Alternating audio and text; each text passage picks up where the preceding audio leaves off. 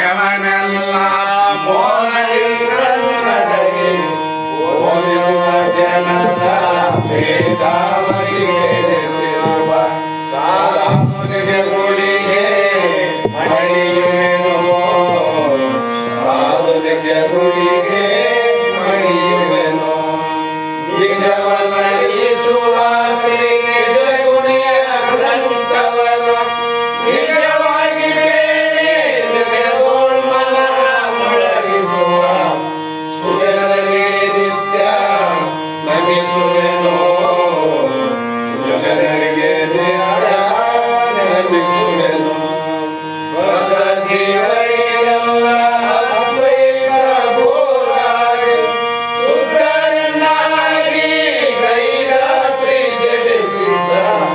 ಸಿದ್ಧರುಡರಿಗೆ ನತನಂತೆ ಸಿದ್ಧರುಡರಿಗೆ ನತನಂತೆ ಬಾಳ ಬಲ ವೇದಾಂತಕ್ಕೆ ಸರಿ ಬಾಳ ಗರ್ಜನೆ ಕೇಳುವ ತನಕ ಬಾಳ ಕೂದಲಿರುವರೇ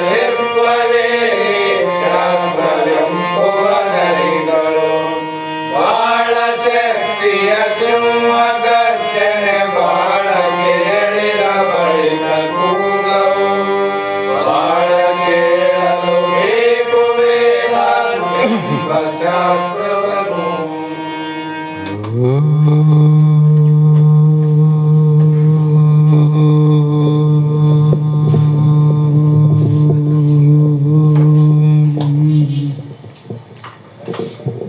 अनंत जन्म संप्राप्त कर्म बंध विदायिनी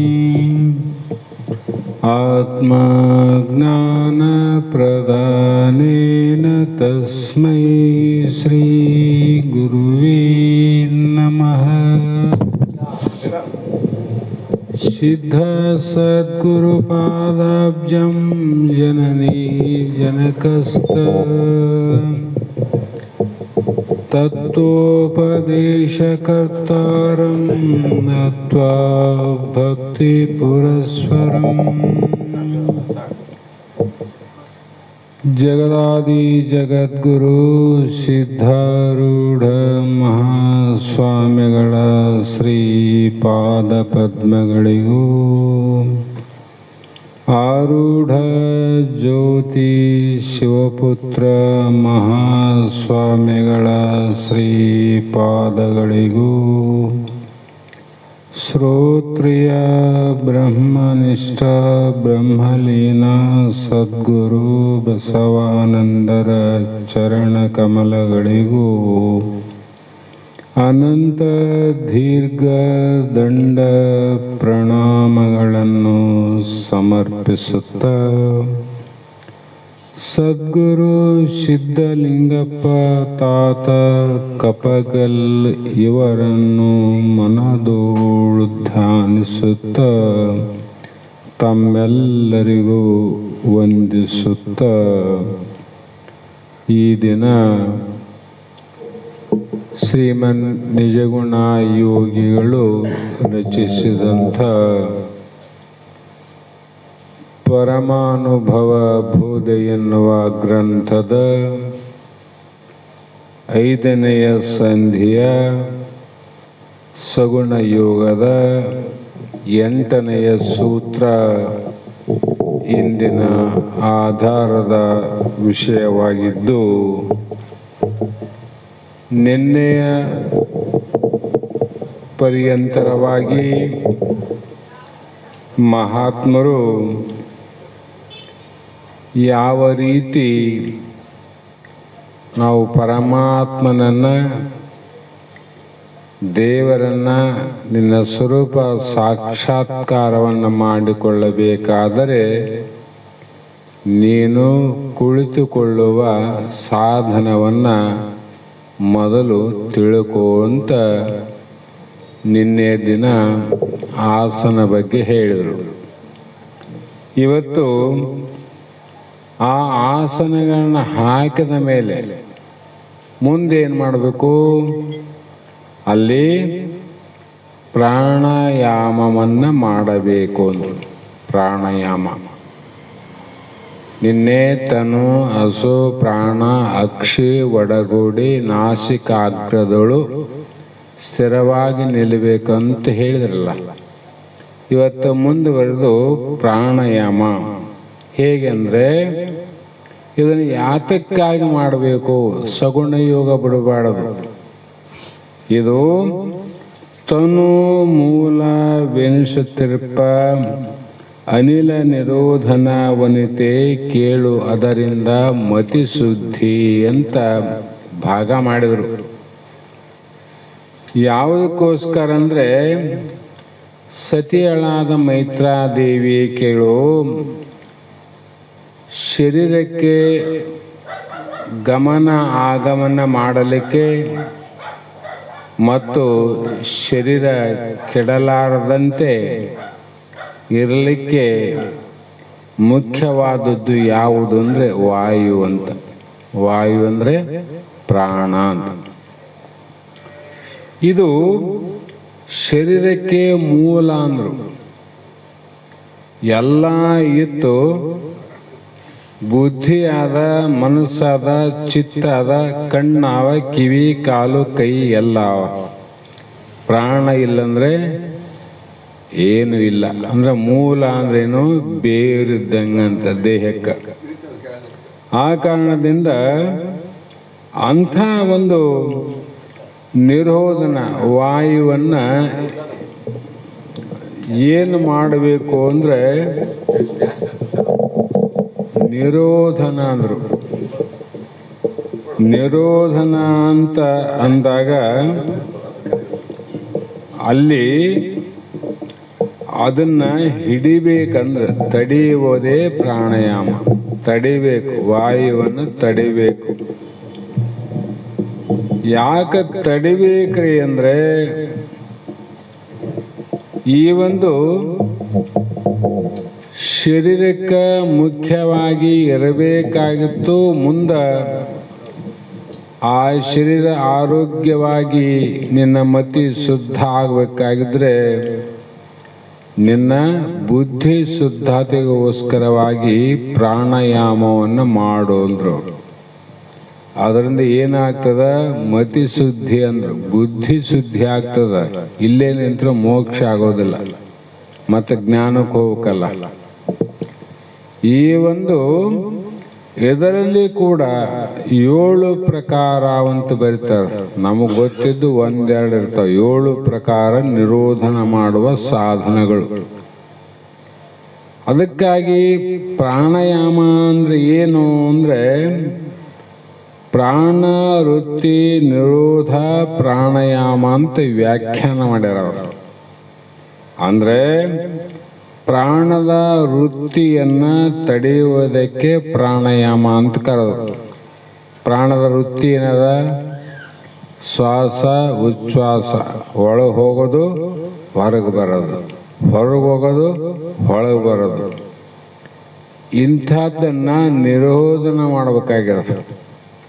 ನಿರೋಧನ ಯಾಕೆ ನಿರೋಧನ ಮಾಡಬೇಕು? ಯಾತಕ್ಕಾಗಿ ಮಾಡಬೇಕು? ತಡಿಬೇಕಂತ. ತಡೆಯೋದು ಹೇಗೆ ತಡಿಬೇಕು ಅಂದ್ರೆ, ಮುಂದೆ ಮಹಾತ್ಮ ಹೇಳ್ತಾರ, ರೇಚಕ ಪೂರಕ ಕುಂಭಕ ಲಕ್ಷಣ ಪ್ರಾಣ ನಿಗ್ರಹ ಉಪಾಯೋ ಪ್ರಾಣಾಯಾಮ. ಇದನ್ನ ಹೆಂಗ ಅಂದ್ರೆ, ರೇಚಕ ಪೂರಕ ಕುಂಭಕ. ಇದು ಮೊದಲು ಹಿಡಿಯುವುದು, ತಡೆಯುವುದು, ಮತ್ತೆ ಬಿಡುವುದು. ವಾಯುವನ್ನು ಹಿಡಿಬೇಕು, ಹಿಡಿದ ಮೇಲೆ ಅದನ್ನ ಹಿಂದಲ್ಲೇ ಬಿಡೋದಲ್ಲ, ತಡಿಬೇಕು. ಸ್ವಲ್ಪ ತಡದ ನಂತರ ಬಿಡಬೇಕು. ಇದು ಬಹಳ ಗದ್ಲಾದಲ್ರಿ, ಗದ್ಲೇನೆ ಅದ. ಮತ್ತೆ ಇದನ್ನ ಎಷ್ಟು ಹೊತ್ತು ಹಿಡಿಬೇಕು, ಎಷ್ಟು ಹೊತ್ತು ತಡಿಬೇಕು, ಎಷ್ಟು ಹೊತ್ತು ಬಿಡಬೇಕು ಅಂತ ಪ್ರಾಣಾಯಾಮದಲ್ಲಿ ಏನು ಮಾಡ್ಯಾರಂದ್ರೆ ಮಾತ್ರೆಗಳು ಅಂತ ನಿರ್ಣಯ ಮಾಡ್ಯಾರ.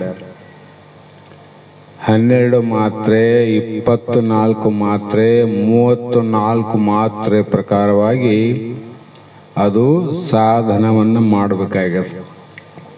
ಸಾಧನ ಇದರಿಂದ ಏನು ಆಗುತ್ತದೆ ನಿನಗಂತ ಹೇಳಿದ್ರೆ ಅವರು ನಿನ್ನ ಬುದ್ಧಿ ಶುದ್ಧ ಆಗ್ತದ. ಬುದ್ಧಿ ಶುದ್ಧ ಆಗ್ತದೆ.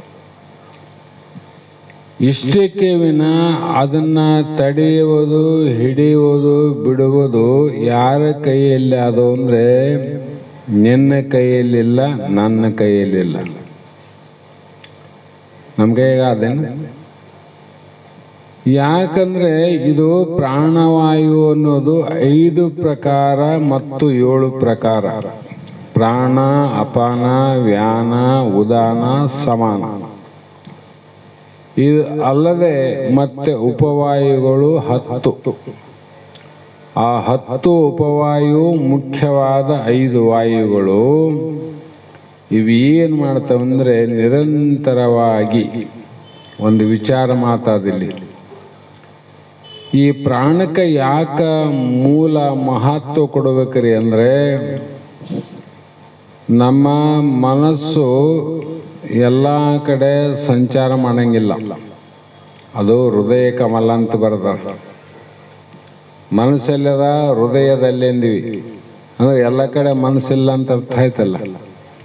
ಬುದ್ಧಿ ಎಲ್ಲದ ತಲೆ ಎಲ್ಲ ಅಂತೀವಿ ಅಂದ್ರೆ ದೇಹದ ಒಳಗೆ ಎಲ್ಲ ಕಡೆ ಬುದ್ಧಿ ಇಲ್ಲ.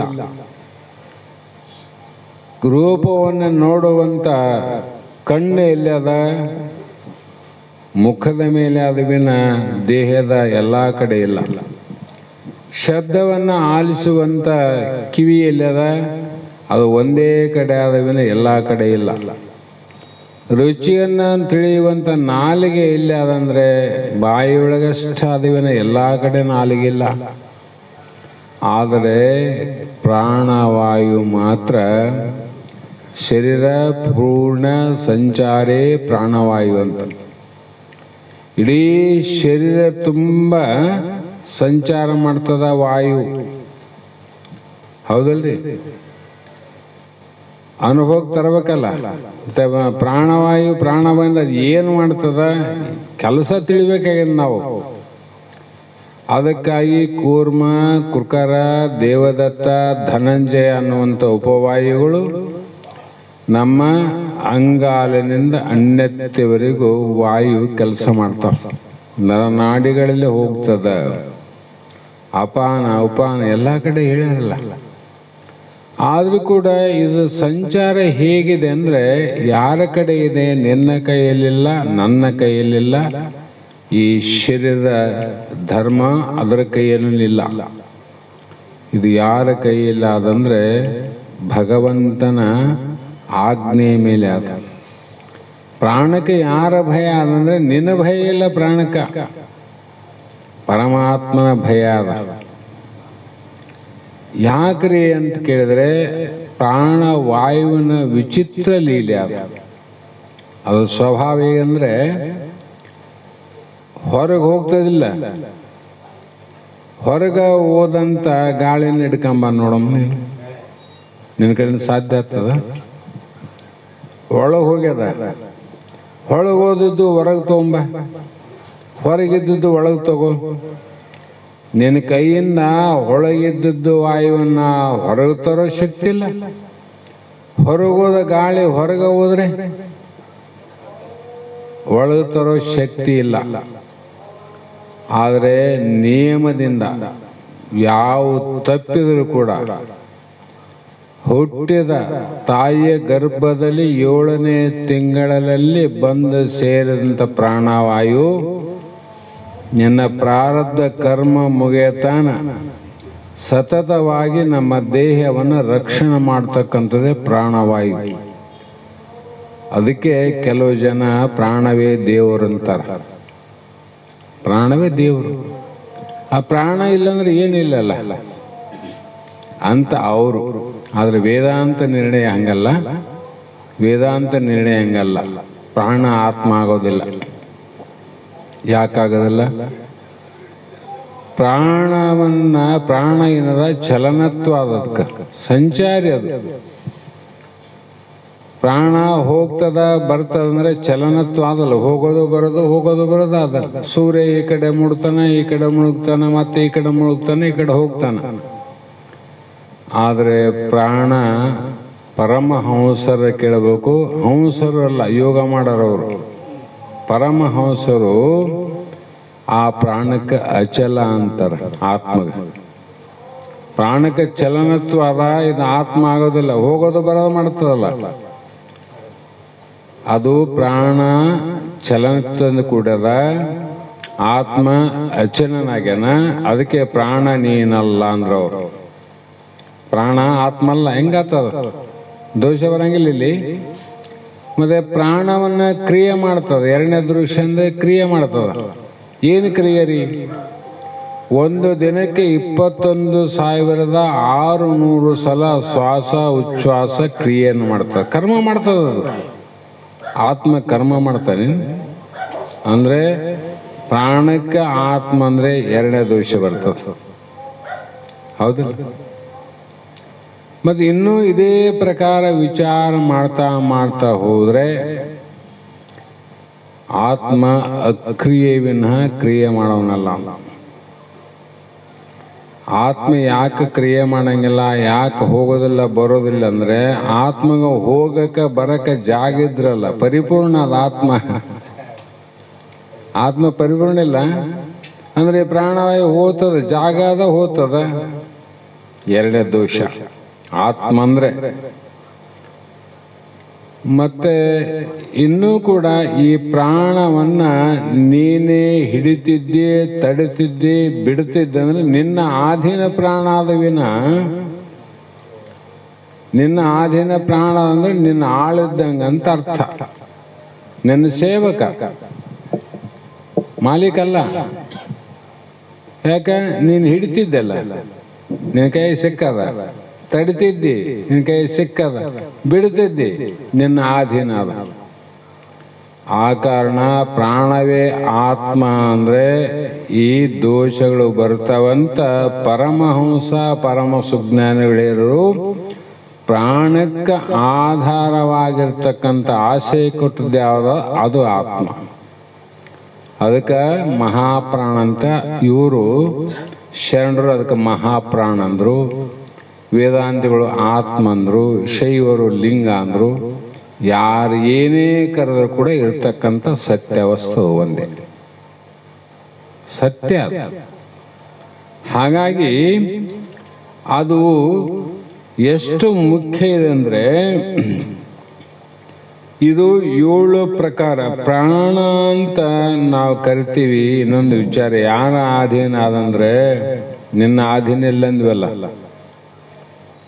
ಆದರೆ ಯಾವ ಅಪಾನ ವ್ಯಾನ ಅಂತೇನು ವಾಯು ಬರ್ತಾವ, ಮೂಗಿನಲ್ಲೇ ಸಂಚಾರ ಮಾಡೋದು ಒಂದು, ಗುದದ್ವಾರದಲ್ಲಿ ಹೋಗೋದು ಇನ್ನೊಂದು, ಹೌದಾ? ಮತ್ತೆ ಶರೀರೇ ನವರಂಧ್ರ ಪುರೇ ಅಂದ್ರು. ಈ ಶರೀರಕ್ಕೆ 9 ತೂತುಗಳಾವ, ಬಾಗಿಲುಗಳಾವ. ಸಣ್ಣ ಒಂದು ಸೈಕಲ್ ಮೋಟ್ರ, ಸೈಕಲ್ ಪಂಚರ್, ಸಣ್ಣ ಸೂಜಿ ಮನುಷ್ಯ ಪಂಚರ್ ಆದ ಗಾಳೆಲ್ಲ ಹೋಗ್ತದೆ. ಸಣ್ಣ ಕಣ್ಣಿಗೆ ಕಾಣಲಾರ್ದ ತೂತ. ಆದರೆ ನಮ್ಮೆಲ್ಲರಿಗೆ ಕಾಣುವಂತ ಎಂಥಂಥ ದೊಡ್ಡ ದೊಡ್ಡ ತೂತುಗಳು, ಮೂಗಿನ 2 ತೂತ, ಕಿವಿಗೆ 2 ತೂತ, ಕಣ್ಣಿಗೆ 2 ತೂತ, ಅವಿಲ್ಲ. ಬಾಯಲ್ಲಿ ತೂತ, ಮಲಮೂತ್ರ ಹೋಗ್ತಾವಂದ್ರೆ ತೂತಾವ ಅಂತ ಅರ್ಥ. ತೂತ ಅಂದ್ರೆ ರಂಧ್ರ.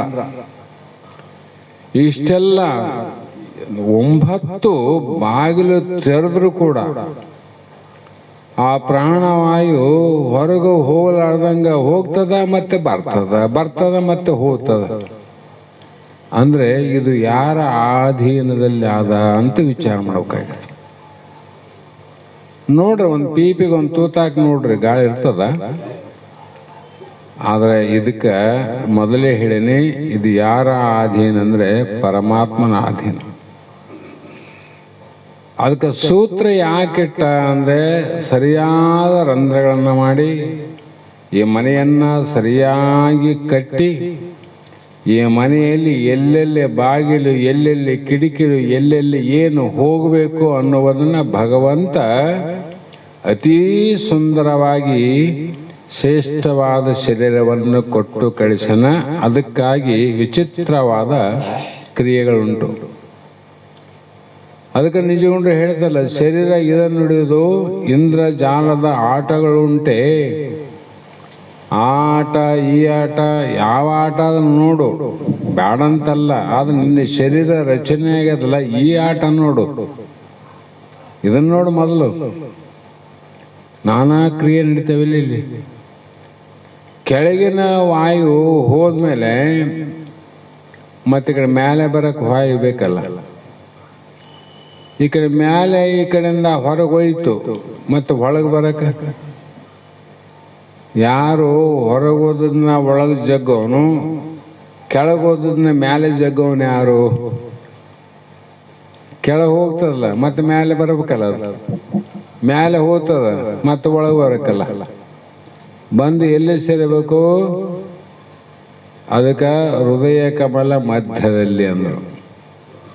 ಹೃದಯ ಕಮಲ ಅಂತಾರೆ ಅದಕ್ಕೆ. ಕೆಲವೊಂದು ಬ್ರೂಕುಟೆ ಲತಾ ಅಂತಾರೆ, ಅದು ನಿಲ್ಲಿಸೋದದು. ಆದ್ರೆ ಅದ್ರ ವಾಸ ಎಲ್ಲಿ? ಅಲ್ಲಿ ನಡುವ. ಅಲ್ಲಿ ಎಲ್ಲಿ ಅದ? ಭಗವಂತನ ಪರಮಾತ್ಮನ ಸದನ, ಅದು ಶಿವನ ಸದನ, ಪರಮಾತ್ಮ ದೇವರು ಇರುವಂಥ ಜಾಗ. ಅದಕ್ಕಾಗಿ ಏನು ಮಾಡ್ತಾನಂದ್ರೆ ಅವನು ತನ್ನ ಆಜ್ಞೆಯಿಂದ ಈ ವಾಯುವನ್ನು ಹೊರಗೋದದ್ದು ಒಳಗೆ ಬರಂಗೆ ಮಾಡ್ತಾನೆ, ಕೆಳಗೋದದ್ದು ಮೇಲೆ ಬರಂಗೆ ಮಾಡ್ತಾನೆ. ಯಾಕೆ? ಮಧ್ಯದಲ್ಲಿ ಅವನು ಕುಂತಾನಂತ. ಮಧ್ಯದಲ್ಲಿ ಅವನು ಕುಂತಾನ. ಅದಕ್ಕೆ ನೀನು ಪ್ರಾಣಾಯಾಮವನ್ನು ಮಾಡಿದಾಗ ಮಧ್ಯಸ್ಥಾನದಲ್ಲಿ ಇರುವಂಥ ನಿಂದ ಏನು ಇರುವಿಕೆ ಅದ ಅಲ್ಲೇ ಯಾವಾಗಲೂ ತಟಸ್ಥವಾಗುವಂಗ ಅದನ್ನು ನಿರೋಧನ ಮಾಡಿ ತಡಿ ಅನ್ನುವ ಮಾತಿಗಾಗಿ ಇಲ್ಲಿ ಸಗುಣ ಯುಗದಲ್ಲಿ ಪ್ರಾಣಾಯಾಮವನ್ನು ಹೇಳ್ತಾರೆ. ಮತ್ತೆ ತನು ಮೂಲ ಅಸೋ ನಿರೋಧನ ಮುಖ್ಯ ಗುಣಯೋಗ ಎನಿಸುವ ಅದರಿಂದೇ ಮೊದಲೊಳು ತನುವಿನೋಳು ಅದನ್ನು ಅರಿಯಲು ಬೇಹುವುದು ಎಲೆ ಪುಷಿ ತನು ಮಧ್ಯೆ ಕೇಳು ಇದನ್ನು ಒರೆವನಂದ್ರು. ಈಗ ಹೇಳಿದ್ದಲ್ಲಿ ಬಿಟ್ರ ಎಲ್ಲಿದೆ ಅಂದ್ರೆ ತನು ಮೂಲ. ತನು ಮೂಲ ಅಂದ್ರೆ ಮೂಲ ಸ್ಥಾನ ಯಾವುದು ಶರೀರಕ್ಕೆ? ಮತ್ತೆ ವಿಚಾರ ಮಾಡಬೇಕು. ಇವು ಒಂದೊಂದು ಸಂಬಂಧ ಇವು. ಶರೀರಕ್ಕೆ ಮೂಲ ಯಾವುದ್ರಿ? ಅದಕ್ಕೆ ಹೇಳ್ತಾರ ತನು ಅದು ತನ್ನ 96 ಬೆರಳುದ್ದವೆನಿಪದು ಗುದ ಗುಹ್ಯ ಮಧ್ಯವೇ ತನು ಮಧ್ಯ. ಅಹುದು ಅಲ್ಲಿ ಜಠರಾಗ್ನಿ ನೆಲೆಗೊಂಡು ತನು ದೀಪನಾದಿಕ ಅನುಮಾಳ್ಕೆ ಅಂತ ಅದಕ್ಕೆ ಹೇಳ್ಬಿಟ್ರ ಅವ್ರು. ಈ ಶರೀರ ಎಷ್ಟಿದೆ ಅಂದ್ರೆ ತನ್ನ 96 ಅಂದ್ರು. ಎಷ್ಟು ನಿಜಗೊಂಡ್ರೆ ಶಬ್ದ ಅಂದ್ರೆ ನಿನ್ನ ಕೈಲಿಂದ ನನ್ನ ಅಳದ್ರೆ 96 ಬೆರಳದ್ದಾಗಲ್ಲ, ಹೆಚ್ಚು ಕಮ್ಮಿ ಆಗ್ತದೆ. ನನ್ನ ಕೈಯಿಂದ ನಿನ್ನ ಶರೀರ ಎಳೆದ್ರೆ ಹೆಚ್ಚು ಕಮ್ಮಿ ಆಗ್ತದ. ನಿಮ್ಮ ಶರೀರವನ್ನು ಅಳತೆ ಮಾಡಿ ನೋಡ್ರಿ, 8 ಗೇಣು ಆಗ್ತದೆ. 8 ಗೇಣು. ಕೆಲವೊಂದು 7 ಗೇಣು ಅಂತಾರೆ, ತಪ್ಪದು. 8 ಗೇಣು. 12 ಎಂಟ್ಲೆ 96. 12 ಅಂಗುಲ ಇಂಥವಲ್ಲ ಇಂಥವು 8 ಗೇಣು ಹಾಕಿದ್ರೆ 96 ಬೆರಳುದ್ದ. ಹಿಂಗೆ ಹಾಕ್ಯಂತ ಹೋಗ್ಬೇಕು. ಹಿಂಗೆ ಹಾಕಿದ್ರೆ ಹಿಂಗೆ ಹಾಕಿದ್ರೆ ಗೇಣು. ಈ ಶರೀರ 6 ಗೇಣು, ಇಲ್ಲಿಂದ 1 ಗೇಣು 7, ಪಾದ 1 ಗೇಣು ಹಿಂಗೆ ಹಿಡಿಬೇಕು. ಅವಾಗ 8 ಗೇಣು ಆಗ್ತದೆ. ಈ 8 ಗೇಣಿನಲ್ಲಿ ಮಧ್ಯಸ್ಥಾನ ಯಾವುದು? 4 ಗೇಣಿಗೆ ಬರ್ಬೇಕಲ್ಲ. ಕೆಳಗಿಂದ ಲೆಕ್ಕ ಮಾಡಿದ್ರೆ 4 ಗೇಣು ಆಗ್ಬೇಕು, ಮ್ಯಾಲಿಂದ ಲೆಕ್ಕ ಮಾಡಿ 4 ಗೇಣು ಆಗ್ಬೇಕು. ಹೆಚ್ಚು ಕಮ್ಮಿ ಹಂಗಿಲ್ಲ. ಅದಕ್ಕೆ ತನುವುದು ತನ್ನ 96 ಬೆರಳುದ್ದವೆನಿಪದು ಗುದ ಗುಹೆ ಮಧ್ಯವೇ ಅಂದರು. ನೀನು ಅಳತೆ ಮಾಡೋದು ಬೇಡ, ನಾವೆಲ್ಲ ಮಾಡಿ ಮೊದಲೇ ಸುಮ್ಮನೆ ನೋಡಿ ನಮ್ಮ ಅಂದ್ರು. ನೀ ಏನು ಮಾಡ್ಕೊಂಡು ಕುಂದಿರ್ತು, ಏನು ತಿಳಿತದ ಅಂತ ಮಾಡ್ತದ್ ನೀನು. ಅಲ್ಲಿ ಏನು ಹೇಳಿದೆ, ಎಲ್ಲಿ ಅದ ಮಧ್ಯಸ್ಥಾನ? ಗುದ ಗುಹೆ ಮಧ್ಯ. ಅಂದರೆ ಮಲ ಬಿಡ್ತಕ್ಕಂಥ ರಂಧ್ರ, ಮೂತ್ರ ಬಿಡ್ತಕ್ಕಂಥ ರಂಧ್ರ. ಮಲ ಬಿಡೋ ಜಾಗದಿಂದ ಹಿಂಗೆ ಮುಂದಕ್ಕೆ ಹೆಜ್ಜೆ ಹಾಕಿದ್ರೆ ಮಧ್ಯಸ್ಥಾನ. ಅದು ಕೆಳಗಿನಿಂದ ಲೆಕ್ಕ ಮಾಡಿದ್ರೆ 4 ಗೇಣು ಅಲ್ಲಿಗೆ ಬರಬೇಕು, ಮ್ಯಾಲಿನ ಲೆಕ್ಕ ಮಾಡಿದ್ರೆ 4 ಗೇಣು ಅಲ್ಲಿಗೆ ಬರಬೇಕು. ಅದು ಗುದ ಗುಹೆ ಮಧ್ಯವೇ ತನು ಮಧ್ಯಬಹುದು, ಅದು ಮಧ್ಯಸ್ಥಾನ. ಅದು ಶರೀರದ ಮಧ್ಯಸ್ಥಾನ. ಅದರಲ್ಲಿ ಜಠರಾಗ್ನಿ ನೆಲೆಗೊಂಡು ಅಂದ್ರು. ಅಲ್ಲಿ ಯಾವಾಗಲೂ ಜಠರಾಗ್ನಿ ಅಂತ ಹೇಳಿದಂಥ ಸಂದರ್ಭದಲ್ಲಿ ಅಗ್ನಿ ಅಂದರೆ ಬೆಳಕು, ಉಷ್ಣ, ಸೆಕೆ. ಮನುಷ್ಯನಿಗೆ ಬಿಸಿ ಉತ್ಪತ್ತಿ ಆಗೋದು ಅಲ್ಲೇ, ಜಠರಾಗ್ನಿ. ಅಲ್ಲಿ ಯಾವಾಗಲೂ ಇದ್ದುಕೊಂಡು ಶರೀರವನ್ನ ಯಾವಾಗಲೂ ಉಷ್ಣ. ಉಷ್ಣ ಅಂದರೆ ಸ್ವಲ್ಪ ಬಿಸಿ ಮಾಡ್ಕೊಂತಿರ್ತದೆ. ಅಗ್ನಿ ಅದು ಬಿಸಿ ಯಾವ್ದು ಇರ್ತದೆ? ನೀರು ಬಿಸಿ ಇರ್ತದೇನು? ಬೆಂಕಿ ಬಿಸಿ ಇರೋದು. ಅಂದ್ರೆ ಒಳಗೆ ಬೆಂಕಿ ಆದ ಸುಡೋವಲ್ಲಿ ಹೌದು. ಮತ್ತೆ ಈ ದೇಹ ಸುಡೋಕೆ ಹೊರಗಿನ ಬೆಂಕಿ ಹಚ್ಬೇಕು, ಒಳಗೆ ಆದಲ್ಲ. ಮತ್ತೆ ಇದ್ರೂ ಕೂಡ ಮತ್ತೆ ಬೆಂಕಿಯಾಗಿ ಶರೀರ ಆದ್ರೆ ಭಗವಂತನ ಸೃಷ್ಟಿ.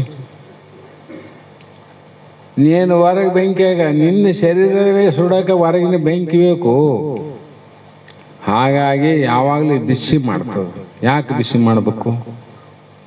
ಅವನೇ ಸುಮ್ಮನೆ ಮಣ್ಣೆತ್ತಿನ ಅಮಾವಾಸ್ಯಾಗ ಗ್ವಾಲಿ ಮಣ್ಣಿನ ಎತ್ತು ಮಣ್ಣಿಂದ ಇದು ಮಾಡ್ತಾರಲ್ಲ, ಇನ್ನೊಂದು ಯಾವುದು ಇಲ್ಲಿ ಇವು ಮಾಡಿದಂಗೆ ಮನುಷ್ಯ ಮಾಡಿದಂಗೆ ಅಲ್ಲ ಅವು, ಸುಮ್ಮನೆ ಜಳ ಅವು.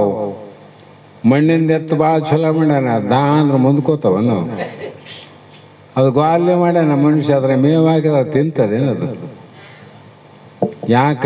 ಇದು ಮಾನವ ಸೃಷ್ಟಿ. ಮಾನವ ಇಷ್ಟೇ ಬರ್ತದೆ ನಮಗೆ. ಆದ್ರೆ ಏನು ಬ್ಯಾರೆ ಏನು ಮಾಡಕ್ಕೆ ಬರಂಗಿಲ್ಲ. ಆದ್ರೆ ಭಗವಂತ ಸೃಷ್ಟಿ ಮಾಡ್ಯಾನ, ದೇಹ ಮಾಡ್ಯಾನ, ಅದರಲ್ಲಿ ಜಠರಾಗ್ನಿ ಇಟ್ಟಾನ. ಯಾಕೆ ಅಗ್ನಿ ಅವಶ್ಯಕತೆ ಬೇಕಾಯ್ತು ದೇಹಕ್ಕೆ? ನಾವು ಬಹಳ ಸಲ ವಿಚಾರ ಮಾಡ್ತೀವಲ್ಲ. ಅನ್ನ ನೀರು ಯಾವುದಕ್ಕೆ? ಶರೀರಕ್ಕಂತಿ. ಸುಖ ದುಃಖ ಮನಸ್ಸಿಗಂತಿ. ಪ್ರಾಣಕ್ಕನೇ ಅನ್ನ ನೀರು ಅಂತ ಒಪ್ಪಬೇಕಂತ ಅರ್ಥ. ಅದು ಪ್ರಾಣಕ್ಕೇನೆ ಅನ್ನ ನೀರು. ಮತ್ತೆ ಏನು ಮಾಡ್ತದಂದ್ರೆ, ಈ ಶರೀರ ರಕ್ಷಣೆ ಆಗಿ ಸರಿಯಾಗಿರ್ಬೇಕಂದ್ರೆ 72,000 ನಾಡಿಗಳವ ದೇಹದಲ್ಲಿ. ಒಂದಲ್ಲ ಎರಡಲ್ಲ, 72,000 ನಾಡಿಗಳಲ್ಲಿ ಸ್ಥೂಲ ಬೇರೆ, ಸೂಕ್ಷ್ಮ ನಾಡಿಗಳು ಬೇರೆ, ಮತ್ತು ಅತಿ ಸೂಕ್ಷ್ಮವಾದ ನಾಡಿಗಳು ಬೇರೆ. ಈಡ, ಪಿಂಗಳ, ಸುಷುಮ್ನ ಅಂತಕ್ಕಂಥವು ಬಹಳ ಸ್ಥೂಲವಾದವು. ರೇಚಿಕ, ಪೂರಕ, ಕುಂಭಕ, ಈಡ, ಚಂದ್ರ, ಸೂರ್ಯ ಅಂತ ಬರ್ತಾವ. ಈ ಎಷ್ಟು ಸೂಕ್ಷ್ಮ ಅಂದ್ರೆ, ನಮ್ಮ ತಲೆಯಲ್ಲಿ ಕೂದಲಾವಲ್ಲ, ಕಾಲಲ್ಲಿ ಉಗುರಾವಲ್ಲ. ಉಗುರು ಕೂದಲು ಬೆಳಿತೇವಿಲ್ಲ. ಬೆಳಿತೇವಂತ ಅರ್ಥ ಆಯ್ತಲ್ಲ, ಅನುಮಾನ ಬೇಡ. ಬೆಳಿತೇವಿಲ್ಲ, ಬೆಳಿತೇವಂತ ಕತ್ತರಿಸ್ತೀವಿ. ಅವು ಬೆಳಿತೇವಂದ್ರೆ ಅದಕ್ಕೇನು ಆಹಾರ ಬೇಕಿಲ್ಲ, ಏನೇನು ಇದ್ರೆ ಬೆಳಿತೇವಲ್ಲ. ಅಂದ್ರೆ ಕಾಲಿನಲ್ಲಿರುವಂತ ಉಗುರಿನಿಂದ ಪ್ರಾರಂಭವಾಗಿ 72 ಸ್ಥೂಲ, ಸೂಕ್ಷ್ಮ, ಅತಿ ಸೂಕ್ಷ್ಮವಾದ ನಾಡಿಗಳಲ್ಲಿ ತಲೆಯಲ್ಲಿ ಇರುವಂತ ಪ್ರತಿಯೊಂದು ಕೂದಲಿಗೂ ಸಹ ರಕ್ತ ಸಂಚಾರ ಆಗಬೇಕಾಗಿದೆ.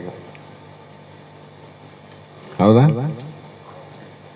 ಇದು ಸಂಚಾರ ಆಗ್ಬೇಕಾದ್ರೆ ಇಲ್ಲಿ ಇಂಜಿನ್ ಬೇಕಾಗಿದೆ. ಬಾಯಲ್ಲಿ ನೀರಾವ ಅಂದ್ರೆ ಹೊಲಕ್ಕೆ ಬಿಡಬೇಕಂದ್ರೆ ಬಾವಿಯಲ್ಲಿದ್ದಂಥ ನೀರನ್ನ ಮೇಲೆ ತೆಗೆದು ಕಾಲುವೆಯಲ್ಲಿ ಹಾಕ್ತೀವಿ. ಒಂದು ಕಾಲುವೆ, ಅದೊಂದು ಕಾಲುವೆಗೆ ಹೊಲ ತುಂಬ್ತದೆ. ಮತ್ತೆ ಮುಂದೆ ಹೋದ್ಮೇಲೆ ಸೀಳೆಗಾವಲು ಮಾಡ್ತೀವಿ. ಆ ಸೀಳೆಗಾವಲಲ್ಲಿ ಮತ್ತೆ ಒಂದು ಮ್ಯಾರಿಗೆ ಒಂದೊಂದು ಕಾಲುವೆ ಮಾಡ್ತೀವಿ. ಅಂದ್ರೆ ಅವಾಗ ಎಲ್ಲ ಕಡೆ ನೀರು ಸಂಚಾರ ಆಗ್ತದಿಲ್ಲ. ಬರೀ ಕಾಲುವೆಗೊಂದು ಹೋದ್ರೆ ಮೂರ್ಖಂತಾರೆ. ನೀನು ಹೊಲಕ್ಕೆ ಕಟ್ಟಕ್ಕೆ ಬಂದಿದ್ದು ಹಳ್ಳಕ್ಕೆ ಬಿಡೋಕೆ ಬಂದಿದ್ದು ನೀರು ಅಂತಾರೆ. ಹೊಲಕ್ಕೆ ಕಟ್ಟಬೇಕಾದ್ರೆ ಅನಂತ ಕಾಲುವೆ ಮಾಡಬೇಕಾಗ್ತದೆ, ದಾರಿ ಬೇಕಾಗಿವಲ್ಲ. ಅದಂತೆ ಆ ರಕ್ತ ಬೇಕು. ಆ ರಕ್ತ ಎಲ್ಲಿಂದ ಹುಟ್ಟಿತು? ನಾವು ಊಟವನ್ನ ಮಾಡಿದಂಥ ಅನ್ನ 7 ದಿನಕ್ಕೆ ಅದು ಪಚನವಾಗಿ ಆ ಪಚನದ ರಸದಿಂದ 80 ಹನಿ ರಕ್ತ ಉತ್ಪತ್ತಿ ಆಗ್ತದೆ. 80 ಹನಿ. ಆ 80 ಹನಿಯ ರಕ್ತದಿಂದ 1 ಹನಿ ವೀರ್ಯ ತಯಾರಾಗ್ತದೆ. ಎಷ್ಟು ಫಿಲ್ಟರ್ ಆಗ್ತದೆ? ರಕ್ತ ಆದಂಗೆ ವೀರ್ಯ ಆಗಿತ್ತಂದ್ರೆ ಗತಿ ಏನಿತ್ತು? ಜಗತ್ತು ಹೊಲಿಗೆರೆದ್ದೋತಿತ್ತು. ಹೇಳ್ತಿಲ್ಲ? 80 ಹನಿ. ಆ 80 ಹನಿ ರಕ್ತದಿಂದ 1 ಹನಿಯಷ್ಟು ವೀರ್ಯ. ಆ ರಕ್ತ 72,000 ನಾಡಿ ಸೂಕ್ಷ್ಮ ಅಂತೇಳಿ, ಕೆಲವು ಸೂಕ್ಷ್ಮ. ಆ ಸೂಕ್ಷ್ಮವಾದ ನರಗಳಲ್ಲಿ ರಕ್ತ ಸಂಚಾರ ಆಗ್ಬೇಕಾದ್ರೆ ಅದು ತೆಳ್ಳಗಾಗಬೇಕು. ಗಟ್ಟಿ ಆದ್ರೆ ತೆಳ್ಳಗಾದಾಗ ಅದೇನಾಗ್ತದ? ಅದ್ರಲ್ಲಿ ಹೋಗ್ತದ. ಉಷ್ಣ ದೇಹದ ಕಡಿಮೆ ಆದ ರಕ್ತ ಎಪ್ಪಗಟ್ಟದ. ನಮ್ಮ ದೇಹದಾಗ ಉಷ್ಣ ಕಡಿಮೆ ಆಯ್ತಿಲ್ಲ, ಅದಕ್ಕೆ ಇಲ್ಲಪ್ಪ ಯಜಮಾನ ಹೋದ ಮುಟ್ಟಿ ನೋಡ್ರಂತಾರ. ತಣ್ಣಗಾಗ್ಯದ ಹೋದ ಅಂತ. ಮೈ ತಣ್ಣಗಾಗ್ಯದಪ್ಪ ಯಜಮಾನ ಹೋಗ್ಯಾನಂತೆ. ಅಂದ್ರೆ ಕೆಲವು ಲಕ್ಷಣಗಳು ಗೊತ್ತಾಗ್ತಾವೆ, ಹಿಂದಿನವ್ರು ಕಂಡು ಹಿಡ್ದಾರ. ನಾವೇನು ಹೊಸದಲ್ಲ, ಅನುಭವ ಮಾಡ್ಬೇಕಷ್ಟೆ. ಅದಕ್ಕೆ ಸೂತ್ರ ಮಾಡಿದ್ರು ನೋಡ್ರಿ. ಉಷ್ಣ ಹಾಕ್ಬೇಕು ಜಠರಾಗ್ನೆಯಲ್ಲಿ, ರಕ್ತವನ್ನ ಬಿಸಿ ಮಾಡಿ ಎಲ್ಲ ಕಡೆ ಹೊಲಕ್ಕೆ ನೀರು ಬಿಟ್ಟಂಗೆ ಎಲ್ಲ ನರನಾಡಿ ಕಳಿಸ್ಬೇಕಾಗ್ಯದ. 1.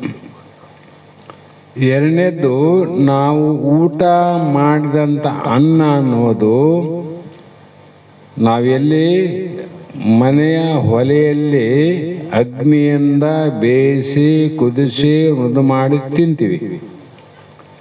ಇಷ್ಟಕ್ಕೆ ಅದು ಫಿಲ್ಟರ್ ಆಗೋದಿಲ್ಲ, ಅದು ರಸ ಆಗೋದಿಲ್ಲ. ರಸ ನೋಡ್ರಿ, ಯಾವುದೊಂದು ತಪ್ಪಲ ಮೇಲೆ ಮೇಲೆ ಅಂದ್ರೆ ರಸ ಬರ್ತದೆ. ಏನು ಭಾಳ ತಿಕ್ಕಿದಾಗ 1 ಹನಿ 2 ಹನಿ ರಸ ಬರ್ತದೆ. ಅದಕ್ಕೆ ಇನ್ನೂ ಮೃದು ಆಗ್ಬೇಕಂದ್ರೆ ನಾವು ಊಟ ಮಾಡಿದ ಅನ್ನವನ್ನ ಒಳಗೆ ಜಠರಾಗ್ನಿ ಅದಲ್ಲ, ಅದು ಬಿಸಿ ಮಾಡ್ಕೊಂತಿರ್ತದೆ. ಅದು ಮತ್ತೆ ಬಿಸಿ ಮಾಡ್ತದೆ. ನಾವು ಒಲೆ ಮಾಡಿದ್ದೆಲ್ಲ ಅದು ಬಿಸಿ ತಾನಾಗತ್ತ. ಅದಕ್ಕೆ ಉದಾಹರಣೆ ಅನುಭವ ಬೇಕಲ್ಲ. ಕೆಲವು ಸಲ ಒಣ ಕಾಳು ತಿಂದ್ಬಿಡ್ತು, ನುಂಗಿ ಬಿಡ್ತು ನೋಡ್ರಿ. ಅರ್ಧ ಮಾದ ಬಂದಿರ್ತಾವ, ಅವ್ರ ರೊಟ್ಟಿ ಚೂರು ಹಂಗೆ ಇರ್ತಾವ. ಮನೆಯಲ್ಲಿ ಕುದಲಾರ ತಿಂದೀವಿ ಅನ್ನ, ಒಮ್ಮೆ ಕುದ್ದಿರಂಗಿಲ್ಲ. ಸರಿ ಕುದ್ದಿಲ್ಲ ಹೆಂಗೆ ಅಂತೀವಿ, ಚಪ್ಪಡಿಸಿ ತಿಂತೀವಿ. ಒಳಗೆ ಮತ್ತೆ ಹೆಂಗೆ ಕುದಿತಲೆ? ಒಲೆ ಹೆಚ್ಚಿದ್ದೆ ನೀನು? ಒಲೆ ಹೆಚ್ಚಿಲ್ಲ. ಯಾರ ಹೆಚ್ಚನ? ಭಗವಂತನ ಒಲೆ ಆದಲ್ಲಿ, ಪರಮಾತ್ಮನ ಅದ. ಅದು ಅದನ್ನ ಏನ್ ಮಾಡ್ತದ? ಇಷ್ಟೆಲ್ಲ ಕಾರ್ಯ ಮಾಡ್ತದೆ.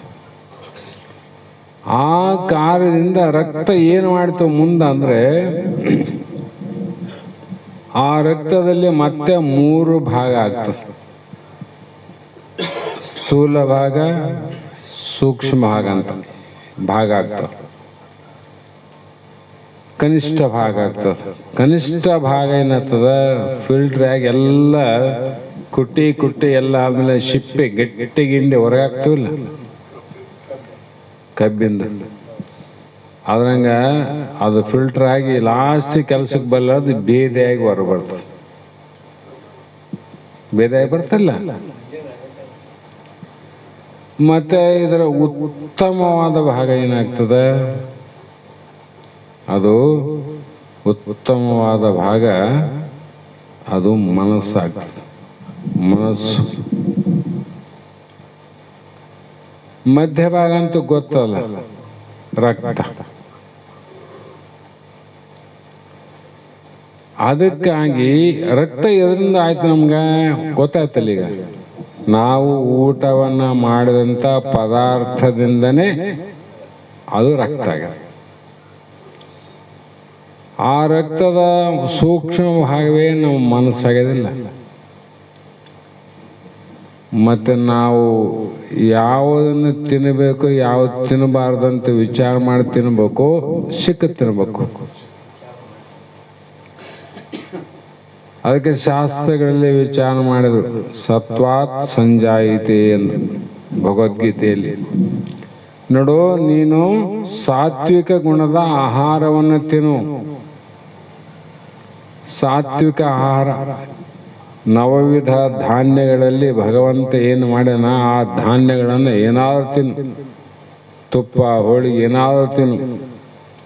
ಆದರೆ ಸಾತ್ವಿಕ ಅಲ್ಲದಂತ ಬೇರೆ ಬೇರೆ ಅಭಕ್ಷ ಸೇವನೆ, ನಿಜಗೊಂಡು ಹೇಳ್ಯಾರ, ಎಂತೊಲೆವನು ಕರ್ಣತ್ರಯ ದೋಷವರೇ ಗುರು ಶಂಭುಲಿಂಗ ನಿನಗೆ ಎಂತೊಲೆವನು. ಅದ್ರಲ್ಲಿ ಹೇಳಿಲ್ಲ ಅಭಕ್ಷ ಸೇವನೆ, ಹೇಳಿಲ್ಲ. ಅಂದ್ರೆ ಭಗವಂತ ಏನು ಹೇಳನ ವಿಧಿಗಳಲ್ಲಿ, ನೀತಿ ಶಾಸ್ತ್ರಗಳಲ್ಲಿ, ಅಂಥ ಆಹಾರವನ್ನು ಸೇವನೆ ಮಾಡಿದ್ರೆ ಅಂಥ ಮನಸ್ಸಾಗ್ತದ. ಅಂಥ ಮನಸ್ಸಿನಿಂದ ಭಗವಂತನ ಒಲಿಮೆ ಆಗ್ತದೆ. ನೀನು ತಿನ್ನಬಾರ್ದನ್ನ ಯಾಕೆ ತಿನ್ನಬಾರ್ದು ಅಂದ್ರೆ, ತಿನ್ನು, ನಿನ್ನ ಮನಸ್ಸು ಹಂಗೆ ಆಗ್ತದ. ದುರ್ಗುಣಕ್ಕಾಗ್ತದ, ದುರ್ನೀತಿಗೆ ಕಾರಣ ಆಗ್ತದ, ದುಷ್ಪರಿಣಾಮಕ್ಕೆ ಕಾರಣ ಆಗ್ತದ. ಇಷ್ಟೆಲ್ಲ ಕಾರಣ ಆಗಿ ಮುಂದೆ ಏನಾಗ್ತದ ಅಂದ್ರೆ ನಿನಗೆ ದುಃಖಕ್ಕೆ ಕಾರಣ ಆಗ್ತದೆ. ಸುಖ ಅಂತೂ ಆಗೋದಿಲ್ಲ. ಮೊನ್ನೆ ಸುಖ ಬೇಕು, ದುಃಖ ಬೇಕು. ಸುಖ ಬೇಕಂದ್ರೆ ಸತ್ವ, ಯಾವ ಸತ್ವ ಗುಣವುಳ್ಳಂತಕ್ಕಂಥ ಆಹಾರವನ್ನು ಸೇವನೆ ಮಾಡು. ಯಾಕಂದ್ರೆ ಇಂದ್ರಿಯಾಣ ಮನೋನಾಥ, ಎಲ್ಲ ಇಂದ್ರಿಯಗಳು ಯಾರ ಮಾತು ಕೇಳ್ತಾವ, ನಿನ್ನ ಮಾತು ಕೇಳಂಗಿಲ್ಲೋ. ನೀ ತಿಳ್ಕೊಂಡಿದ್ರಿ ಹೆಂಡತಿ ಮಾತು ಕೇಳಂಗಿಲ್ಲ, ಮಕ್ಕಳ ಮಾತು ಕೇಳಂಗಿಲ್ಲ, ನಿನ್ನ ಮನಸ್ಸಿನ ಮಾತು ಕೇಳ್ತಾವ ಅವು. ನಮ್ಮ ಮನಸ್ಸಿನ ಮಾತೇ ನಮ್ಮ ಇಂದ್ರಿಯ. ನಿಮ್ಮ ಮನಸ್ಸು ಇಲ್ಲಿ, ಮನಸ್ಸು ಕೇಳಿದಕ್ಕೆ ನಿಮ್ಮ ಶರೀರ ಇಲ್ಲಿ ಬಂದವಿಲ್ಲ. ಹೋಗಮ್ ನೋಡಿ ಶಾಸ್ತ್ರಕ್ಕಂದ್ರೆ. ಮತ್ತೆ ಹೆಂಡತಿ ಹೇಳಕ್ ಬಂದದ, ಮಗ ಹೇಳೋದಕ್ಕೆ ಬಂದಿಲ್ಲ, ಬೀಗರು ಬಿಜ್ಜರು ಹೇಳಂತ ಬಂದಿಲ್ಲ. ಸ್ವಯಂ ಪ್ರೇರಣೆಯಿಂದ ಇಲ್ಲಿ ಬಂದದ ಅಂದ್ರೆ ಯಾರು ಕರ್ಕೊಂಬಂದ? ಮನಸ್ಸು ಕರ್ಕೊಂಬಂದದ. ಯಾಕಂದ್ರೆ ಒಳ್ಳೆಯ ಮನಸ್ಸಾದ, ಒಳ್ಳೆಯ ದಾರಿ ಕರ್ಕೊಂಬರ್ತಾವ. ಮತ್ತೆ ಬೇರೆ ಆಹಾರವನ್ನ ಏನು ಮಾಡಬಾರ್ದನ್ನ ನೀ ಮಾಡಿದ್ರೆ ಏನಾಗ್ತದ? ದುರ್ಮಾರ್ಗಕ್ಕೆ ಕರ್ಕೊಂಡು ಹೋಗ್ತದ. ಅಂದ್ರೆ ಯಾವ ಕಾರಣದಕ್ಕ? ಇಂದ್ರಿಯಾಣ ಮನೋನಾಥ, ಎಲ್ಲ ಇಂದ್ರಿಯಾದಿಗಳಿಗೆ ಮನಸ್ಸನೇ ಒಡೆಯ ಅಂದಾಗ ಅವನು ಯಾಕೆ ಈ ಕಡೆ ಕರ್ಕೊಂಬಂದ? ಒಳ್ಳೆ ಮನಸ್ಸಾದ, ಒಳ್ಳೆ ಕಡೆ ಕರ್ಕೊಂಬಂದ. ಆ ಕೆಟ್ಟ ಮನಸ್ಸಾದ, ಆ ಕಡೆ ಕರ್ಕೊಂಡು ಹೋದ. ಮತ್ತು ನೀನು ಒಳ್ಳೆಯವನಾಗಬೇಕು. ಈ ಮಾನವ ಜನ್ಮವನ್ನು ಸಾರ್ಥಕ ಮಾಡಿಕೊಂಡು ಭವಸಾಗರದಿಂದ ಮುಕ್ತನಾಗಿ ತಿರುಗಿ ಮತ್ತೆ ತಾಯಿಯ ಗರ್ಭಕ್ಕೆ ಬರಲಾರ್ದಂಗೆ ಮುಕ್ತನಾಗಬೇಕು, ಆನಂದವನ್ನು ಪಡಿಬೇಕು ಅಂತ ಅಂತಿದ್ದಿ. ಮತ್ತೆ ಒಳ್ಳೆ ಕುದುರೆ ಮೇಲೆ ಕುಂತು ಹೋಗ್ತಿದ್ದು, ಕೆಟ್ಟ ಕುದುರೆ ಮೇಲೆ ಹೋಗ್ತಿದ್ದು. ಕುದುರೆಗಳು ಬಹಳ ಅವ. ಸಾಮಾನ್ಯ ಕುದುರೆ ಅವ, ಪಂಡ್ರಾಪುರ ಕುದುರೆನೇ ಅವ. ಈ ಕುದುರೆಗೆ ಆ ಕುದುರೆಗೆ ಒಂದೇನು ಬೆಲೆ ಒಂದೇ ಕಟ್ತಾರೆ. ಹೇಗೆ ಅದು ಮನಸ್ಸು ಅನ್ನುವಂಥದ್ದು ಎಲ್ಲೆಲ್ಲ ಒಂದೇ ಇದ್ರೂ ಕೂಡ ಅದು ಸನ್ಮಾರ್ಗದ ಮನಸ್ಸು ಬೇರೆ, ಸತ್ವಗುಣದಿಂದ ತಯಾರಾದದ್ದು, ದುರ್ಗುಣದಿಂದ ತಯಾರದ ಬೇರೆ ಬೇರೆ ಅವ. ಇಷ್ಟೆಲ್ಲ ಕಾರಣ ಮಾಡ್ತದ. ಆ ಕಾರಣದಿಂದ ಅದರ ಮೇಲೆ ಈಗ ಎಲ್ಲಿಗೆ ಬಂದೆ ನಾವು? ಶರೀರ ಮಧ್ಯಭಾಗ ಬಂದಿವಿಲ್ಲ, ಮಧ್ಯಭಾಗ ಅದರ ಮೇಲೆ ಅದರಿಂದೇ ಮೇಲೆ ನವಾಂಗುಲದ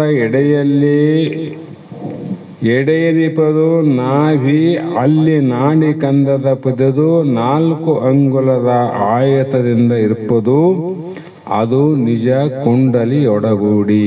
ಕುಂಡಲಿ ತಂದು ನೋಡ ಎಲ್ಲಿ ಅದ, ಸುಮ್ಮನೆ ಅನವಾಡದ ಕುಂಡಲಿ ಅದು ಎಲ್ಲಿ ಅದ, ಅದಿರೋ ಜಾಗ ಎಲ್ಲಿ, ಅದು ಎಷ್ಟು ಅಗಲ ಅದ, ಎಷ್ಟು ಉದ್ದ ಅದ, ಈ ದೇಹದಲ್ಲಿ ಎಲ್ಲಿ ಅದ, ತಲೆಗಾದೋ ಕಾಲಾಗಾದೋ ಎಲ್ಲಿ ಅದ, ಅದಕ್ಕೆ ಅವ್ರು ತಿಳಿಲಿ ಅಂತ ಹೇಳಕತ್ತ. ನೀವು ತಿಳ್ಕರಪ್ಪ ಅಂತ. ಅದರಿಂದ ಮೇಲೆ ನವಾಂಗುಲ, ಅದರಿಂದ ಅಂದ್ರೆ ಇಲ್ಲಿಗೆ ಏನು ಹೇಳುವಲ್ಲ ಶರೀರ ಮಧ್ಯಭಾಗ, ಅದರಿಂದ ನವಾಂಗುಲ 9 ಬೆರಳು ಮೇಲೆ ತವ ಕೆಳಗಲ್ಲ. ಅಲ್ಲಿ ನವಾಂಗುಲದ ಎಡೆಯನಿಪದು ನಾಭಿ ಅಲ್ಲಿ, ಅದಕ್ಕೆ ಏನಂದ್ರು ನಾಭಿ ಅಂದ್ರು, ಅಥವಾ ಒಕ್ಕಳ ಬಿಡ್ಡೆ ಅಂತೀವಲ್ಲ, ನಾಡಿಯ ಕಂದನ್ ಅಂತಾರ. ನಾಡಿಯ ಕಂದ ಅಥವಾ ಒಕ್ಕಳ ಬುಡ್ಡಿ ಅಂತ ಸಹಜ ಎಲ್ಲರಿಗೂ ಗೊತ್ತಾಗುವ ಶಬ್ದ. ಅಲ್ಲಿ ಹುಟ್ಟಿ ಅದು ಹೆಂಗಿದೆ ಅಂದ್ರೆ 4 ಅಂಗುಲದ ಆಯಾತದಿಂದಿರ್ಪದು.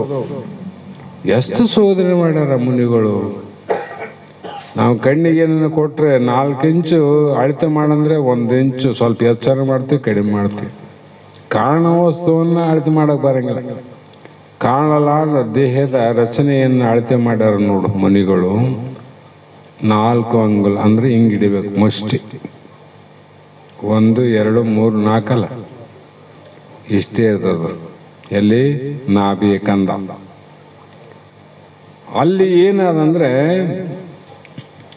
ನಾಡಿಯ ಕಂದ ಪದದು 4 ಅಂಗುಲದ ಆಯತದಿಂದ ಇರ್ಪದು.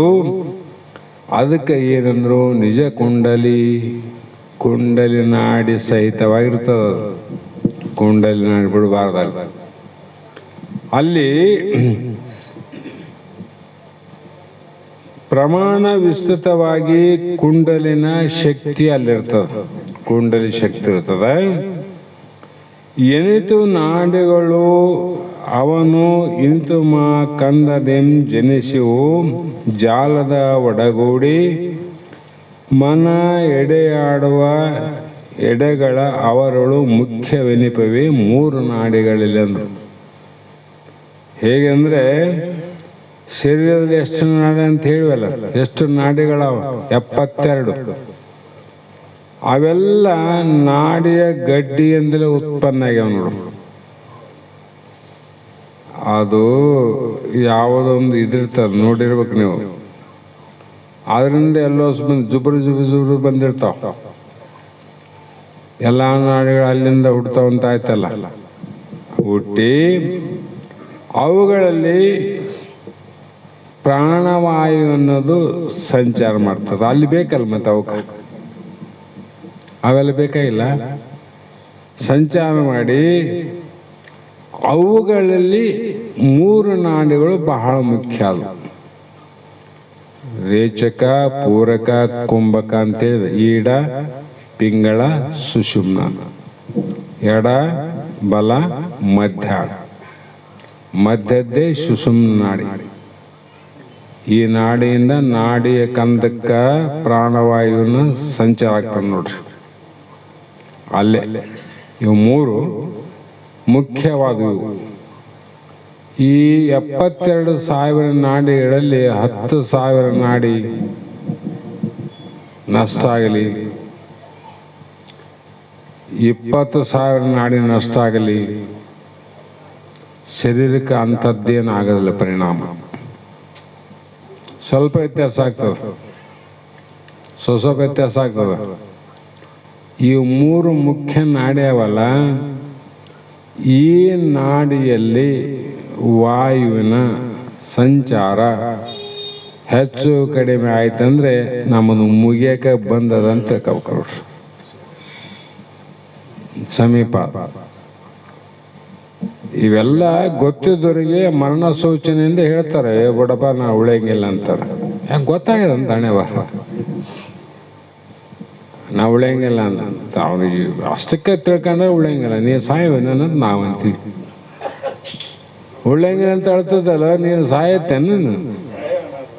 ಅಂದ್ರೆ ಸಾಯವನು ಯಾರು, ಸಾಯಲಾರ್ದು ಇರೋದು ಯಾರಂತ ಇನ್ನೂ ಅವ್ರಿಗೆ ಗೊತ್ತಾಗಿಲ್ಲ ಅಂತ ಅರ್ಥ ಮಾಡ್ಬೇಕು. ಅನ್ನಕ್ಕೆ ಹೋಗ್ಬಾರ್ದು, ತಿಳ್ಕೊಂಬೋದಲ್ಲಿ.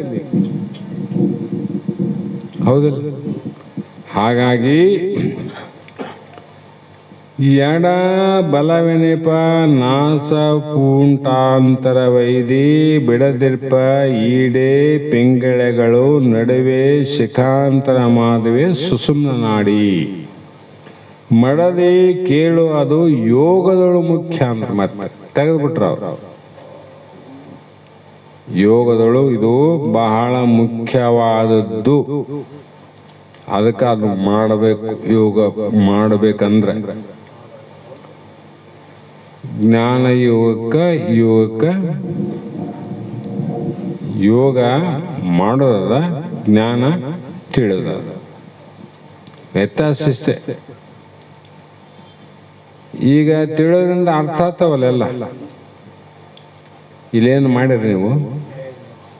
ಇಲ್ಲೇ ಮಾಡೋದಿಲ್ಲ. ಜ್ಞಾನ ತಿಳಿಯೋದದ, ಯೋಗ ಮಾಡೋದ. ಮತ್ತೆ ಯಾಕೆ ಕೆಲವು ಮಂದಿ ಯೋಗ ಮಾಡ್ತಾರ್ರಿ ಅಂತಂದ್ರೆ ಅಲ್ಲಿ ಅವರಿಗೆ ಹಿಂದಿನ ಜನ್ಮದ ಪುಣ್ಯದ ಫಲದಿಂದ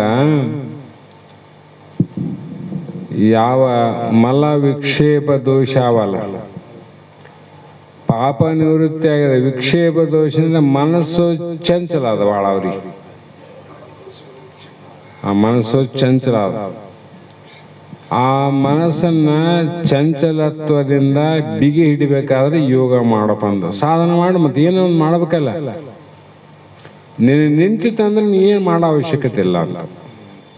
ಆಮೇಲೆ ಜ್ಞಾನಕ್ಕೆ ನಿಂತ ಕೇಳಕ್ಕೆ ಗುರುವಿನಲ್ಲಿ ಹೋಗಿದ್ದಿ, ಶಾಸ್ತ್ರಗಳು, ಶ್ರವಣಾದಿಗಳು, ಮನನ ಇವೆಲ್ಲ ನಿನಗೆ ತಿಳಿತದ ಅಂದ್ರೆ ನೀ ಮಾಡೋ ಅವಶ್ಯಕತೆ ಇಲ್ಲ. ತಿಳಿಲಿಲ್ಲ ಅಂದ್ರೆ ನೀ ಮಾಡಬೇಕು.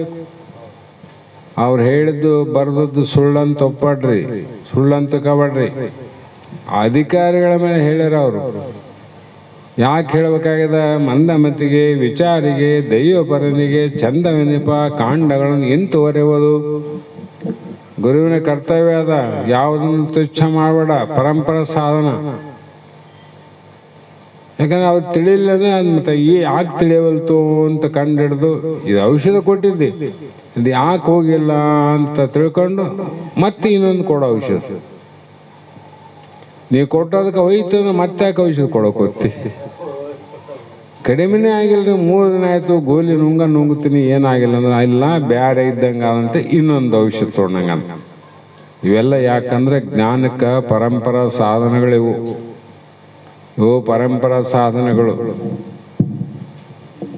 ಆದರೆ ಮೋಕ್ಷ ಅನ್ನುವುದು ಜ್ಞಾನದೇವತು ಕೈವಲ್ಯಂ.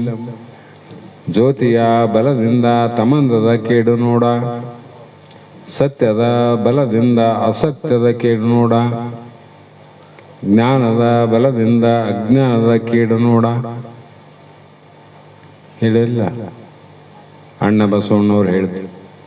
ಅಲ್ಲಿ ಹೋಗಣ ಈ ಕತ್ತಲು ಯಾಕೆ ಹೋಗ್ಯದ, ಯಾಕೆ ಕತ್ತಲು ಬಂತು ಅಂದ್ರೆ ಬೆಳಕಿಲ್ಲದಕ್ಕೆ ಬಂದದ.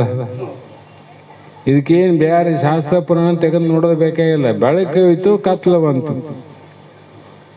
ಮತ್ತೆ ಬೆಳಕು ಬಂದ್ಮೇಲೆ ಕತ್ತಲು ಇರ್ತದ? ಮತ್ತೆ ಈಗ ಬಂದ ಕತ್ತಲನ್ನ ಕಳಿಬೇಕಾಗಿದ್ರೆ ಏನು ಮಾಡಿದ್ರೆ ಹೋಗ್ತದೆ ಹೇಳ್ರಿ? ನೀನು ಜಪ ಮಾಡಿದ್ರೆ ಹೋಗೋದಲ್ಲ, ಧ್ಯಾನ ಮಾಡಿದ್ರೆ ಹೋಗೋದಲ್ಲ, ತಪ ಮಾಡಿದ್ರೆ ಹೋಗೋದಲ್ಲ, ಯೋಗ ಮಾಡಿದ್ರೆ ಹೋಗೋದಲ್ಲ, ಭೋಗ ಮಾಡಿದ್ರೆ ಹೋಗೋದಲ್ಲ. ಮತ್ತೆ ಜ್ಯೋತಿನೇ ಬರಬೇಕು, ಸೂರ್ಯ ಬರಬೇಕು, ಕತ್ಲು. ಅಂದ್ರೆ ನಮ್ಮಲ್ಲಿ ಇರ್ತಕ್ಕಂಥ ಅಜ್ಞಾನ ಎಂಬ ಕತ್ತಲು ಹೋಗ್ಬೇಕಾದ್ರೆ ಇವು ಪರಂಪರಾ ಸಾಧನೆ ಮಾಡಬೇಡ ಅಂತಲ್ಲ. ಜ್ಞಾನ ಆಗಬೇಕು, ಅಜ್ಞಾನ ಹೋಗ್ಬೇಕು. ಈ ರೀತಿಯಾಗಿ ವಿಚಾರವನ್ನು ಮಾಡಿದಂಥ ಮಹಾತ್ಮರು ಹಲವು ಮಾತುಗಳನ್ನು ಹೇಳಿ ಎಡಬಲವೆನೆಪ ನಾಸ ಪೂಟಾಂತರ ವೈದಿ ಅಂದ್ರೆ ನಾಸಿಕದ ರಂಧ್ರಗಳನ್ನು ಹೊಂದಿಕೊಂಡು ಬಿಡದೆಪ್ಪ ಈಡಪಿಂಗಳ ಎಡ ಬಲ ಮಧ್ಯ. ನೋಡ್ರಿ, ಸೂರ್ಯನಾಡಿ ಅಂತೀವಿ, ಚಂದ್ರನಾಡಿ ಅಂತೀವಿ, ಹೆಸರು ಬೇರೆ ಬೇರೆ. ಇವು ಏನು ಮಾಡ್ತಾವ್ರಿ ಅಂದರೆ ನಾಸಿಕೇಂದ್ರಿಯ ಎಡಭಾಗದಲ್ಲಿರೋದು ಈಡನಾಡಿ, ಇದು ಬಲಭಾಗದಲ್ಲಿರೋದು ಪಿಂಗಳ ನಾಡಿ, ಮಧ್ಯನಾಡಿ ಏನದ ನಾಡಿಯ ಕಂದದಿಂದ ಶಿಖಾಂತರವರೆಗೆ ಬ್ರಹ್ಮರಂಧ್ರವರೆಗೆ ಹೋಗಿರ್ತದ, ಬ್ರಹ್ಮರಂಧ್ರವರೆಗೆ ಹೋಗ್ತದ.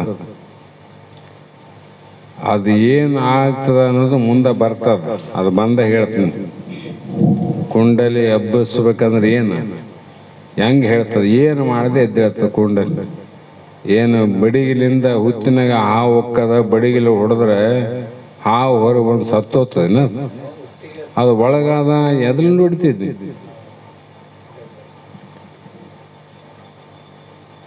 ಅದಕ್ಕೆ ಸರ್ವಜ್ಞ ಒಡಲ ದಂಡಿಸಿ,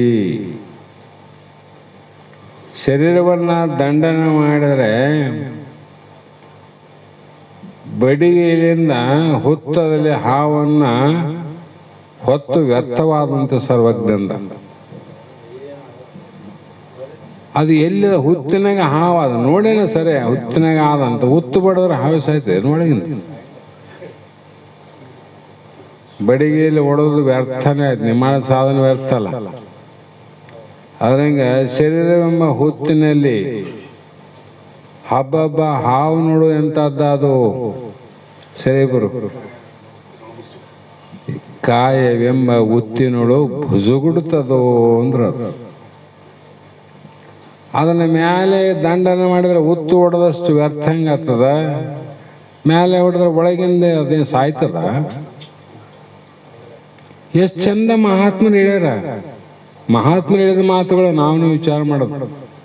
ಯಾಕೆ ಹೇಳಿದರು, ಇಲ್ಲಿ ಯಾಕೆ ಹಿಂಗೆ ಹೇಳಿದರು, ಅಧಿಕಾರಿಗಳ ಮೇಲೆ ಹೇಳ್ಯಾರ. ಪಾಪ ತಿಳಿಲಿಲ್ಲ ಅಂದ್ರೆ ಅದನ್ನು ಮಾಡಲಿ, ಅದ ಮಾಡಿದ್ಮೇಲೆ ಮತ್ತೆ ಮುಂದಕ್ಕೆ ಬರ್ತಾರ, ಮುಂದಕ್ಕೆ ಹೋದ್ಮೇಲೆ ಹಿಂದಿಂದ ಬಿಡ್ಬೇಕಾಗ್ತದೆ.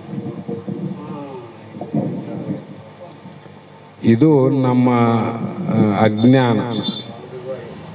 ಅದಕ್ಕೊಂದು ದೃಷ್ಟಾಂತ ಕೊಡ್ಬೇಕಾದ್ರೆ ಸುಮ್ಮನೆ ಹೆಂಗೆ ಬಿಡ್ತೀರಿ ನೀವು, ಕೊಟ್ರೆ ಬಿಡೋದಾಗದ, ಸುಮ್ಮನೆ ಹೆಂಗೆ ಬಿಡ್ತೀರಿ. ಈಗ ಪುಷ್ಪಶ್ಯ ಫಲಂ ಕಾರಣ, ಪುಷ್ಪ ಫಲಂ ಕಾರಣ ಪುಷ್ಪ ವರ್ಜಿತಂ. ಅದು ದೃಷ್ಟಾಂತ. ಒಂದು ಹೂವು ಅದ, ಆ ಹೂವು ಯಾವುದಕ್ಕೆ ಕಾರಣ, ಮುಂದೆ ಕಾಯಿ ಆಗ್ಲಿಕ್ಕೆ ಕಾರಣ. ಹೂ ಆದ್ಮೇಲೆ ಕಾಯಿ ಆತವಿಲ್ಲ, ಹೊಲ ಹೂ ಬಿಟ್ಟದಪ್ಪ ಅಂದ್ರೆ ಕಾಯಿ ಆತ ಅಂತ, ಅಂದ್ರೆ ಕಾಯಿ ಆಗ ಹೂ ಬೇಕು. ಅದು ಕಾಯಿ ಆದ ಮೇಲೆ ಹೂವು ಕಳಿಸಿ ಬಿಡ್ತದ ನೋಡ್ರಿ, ಬಿಡ್ತಿಲ್ಲ ಮೊದಲ್ದು, ಬೆಟ್ಟ ಬಿಡ್ಬೇಕು. ಇಲ್ಲಂದ್ರೆ ಕಾಯಿ ಆಗೋದಿಲ್ಲ. ಅದು ಹೂವನ್ನ ಇರ್ಬೇಕು, ಕಾಯಿನ ಇರ್ಬೇಕಂದ್ರೆ ಹೂವು ವರ್ಜಿತ, ಅದು ಬಿಟ್ಟು ಕಳಿಸೋ ಮೇಲೆ ಕಾಯಿ ಆಗ್ತದೆ. ಕಾಯಿ ಯಾವ್ದಕ್ಕೆ ಕಾರಣ ಆಯ್ತು, ಫಲ ಅಂದ್ರೆ ಹಣ್ಣಿಗೆ ಕಾರಣ ಆಯ್ತು. ಒಂದು ಹಣ್ಣು, ಆ ಹಣ್ಣು ಆದಮೇಲೆ ಕಾಯಿ ಆದನಂದ್ರಾಗ ಅದು ಬಿಟ್ಟೋಯ್ತು ನೋಡ್ರಿ. ಮುಂದಿನದಕ್ಕೆ ಕಾರಣ ಮಾಡೋದು ಇನ್ನಂತ ಬಿಟ್ಟೋಗ್ಬಿಟ್ಟು, ಯಾಕೆ ಇದು ಮುಂದಿನ ಕೆಲಸ ಅವ್ರದವ ಮಾಡಲ್ಲ ಅಂತ. ಅದರಂತೆ ಜ್ಞಾನಂ ಕಾರಣ ಕರ್ಮ, ಕರ್ಮ ಜ್ಞಾನಕ್ಕೆ ಕಾರಣ ಆಗ್ತದ, ಆದ್ರೆ ಕರ್ಮವೇ ಜ್ಞಾನ ಅಲ್ಲ ನೋಡ್ರಿ. ಹೂವ ಹಣ್ಣು ಅನ್ನೋದು, ಹೂವ ಕಾಯಿ ಅನ್ನೋದು, ಹೂವೇ, ಕಾಯಿ ಕಾಯಿ, ಹಣ್ಣು ಹಣ್ಣೆ.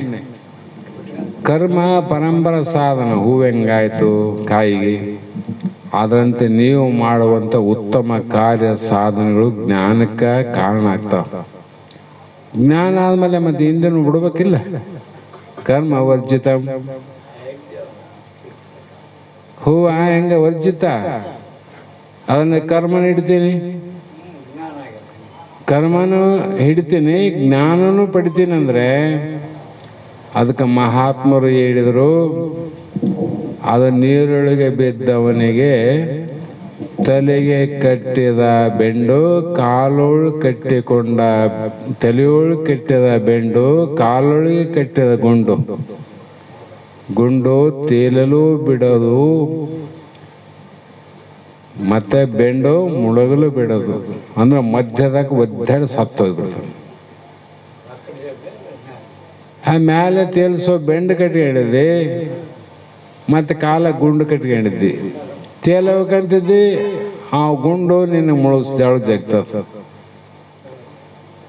ಇಲ್ಲ ಬರೀ ಗುಂಡನ ಅದ, ಮ್ಯಾಲೆ ಬೆಂಡು ಕಟ್ಕೊಂಡಿದ್ದಿ. ಇದು ತೇಲ್ಬೇಕಂದ್ರೆ ಅದು ಮುಳುಗಿಸದ, ಮುಳುಗ್ಬೇಕಂದ್ರೆ ಇದು ತೇಲಿಸ್ತದ ನೋಡು.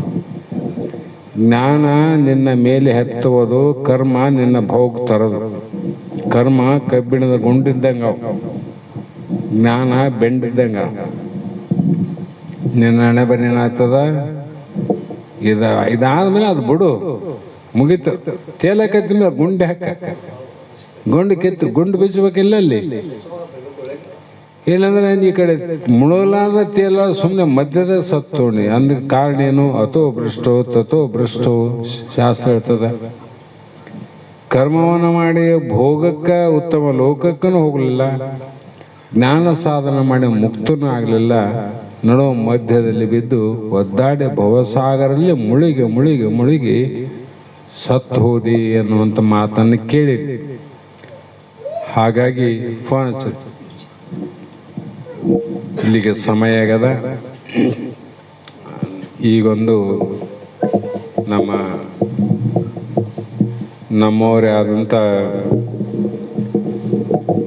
ಶ್ರೀ ಪೂಜ್ಯರಾದ ಬಸವರಾಜ ತೋಟಿ ಸಾಹೇಬರ ಹಿರಿಯ ಮಗಳು, ಸಂಗೀತದಲ್ಲಿ ಮತ್ತು ಶಿಕ್ಷಕಿಯಾಗಿ ಯಾವ ಶ್ರೀಮತಿ ಶಶಿಕಲಾ ಶ್ರೀ ಬಸವರಾಜ ಬೆಂಗಳೂರಲ್ಲಿ ಅವರು ವಾಸವಿದ್ದು, ಇವತ್ತಿನ ಮಂಗಳದ ಸೇವಾ ಕಾರ್ಯವನ್ನು ನಮ್ಮ ಶಶಿಕಲಾ ಅವರು ನಡೆಸಿಕೊಡ್ಬೇಕಂತ ಹೇಳೀವಿ. ಆ ಕಾರಣದಿಂದ ಅವರೀಗ ಪ್ರಾರಂಭ ಮಾಡ್ತಾರೆ. ನಂತರದಲ್ಲಿ ಈ ಶಾಸ್ತ್ರದ ವಾಕ್ ಪುಷ್ಪವನ್ನು ಗುರುಪಾದಕ್ಕೆ ನಾವು ನೀವೆಲ್ಲರೂ ಸಮರ್ಪಿಸೋಣ ಅಂತಕ್ಕಂಥ ಮಾತನ್ನು ಹೇಳಿ ಅವರು ಹಾಡಲಿಕ್ಕೆ ಅವಕಾಶವನ್ನು ಮಾಡಿಕೊಡೋಣ. ಹಾಡ್ತಾಯಿ. ಜಯತು ಜಯ ಗುರುವರಾ, ನಿನ್ನ ಸ್ಮರಣವು ಪಾಪಹರಣವು, ಪಾಡುವೆ ಮಂಗಲವಾ. ಜಯತು ಜಯ ಗುರುವರಾ, ಶ್ರೀ ಗುರು ಚರಣ ಭವಭಯ ಹರಣ, ಪಾಪ ವಿಧೂತ ಪುಣ್ಯ ಪ್ರದಾತ, ಬೇಗನೆ ಬಾರಯ್ಯ ಭವ ಬಾಧೆ ಬಿಡಿಸಯ್ಯ, ಬೇಗನೆ ಬಾರಯ್ಯ ಭವ ಬಾಧೆ ಬಿಡಿಸಯ್ಯ. ನೀಯನ್ನ ಭಾಗ್ಯವಯ್ಯ ಭಾಗ್ಯವಯ್ಯ ಭಾಗ್ಯ ನೀನಯ್ಯ. ಜಯತು ಜಯ ಗುರುವರಾ,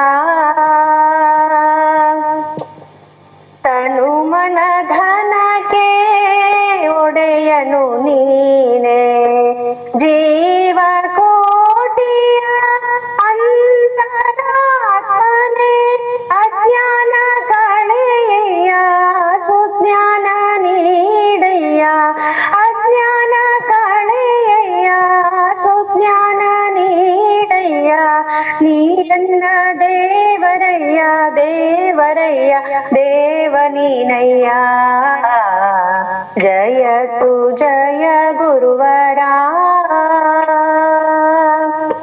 ಭಕ್ತ ಮನೋಂಬುಜ ವಾಸ ಪ್ರಕಾಶ, ಮಾರ ಹರಣಿ ಸಿದ್ಧಾರೂಢೇಶ, ಹರಿಸುತ್ತ ಬಾರಯ್ಯ ನಗೆ ಮುಖ ತೋರಯ್ಯ, ಹರಿಸುತ್ತ ಬಾರಯ್ಯ ನಗೆ ಮುಖ ತೋರಯ್ಯ.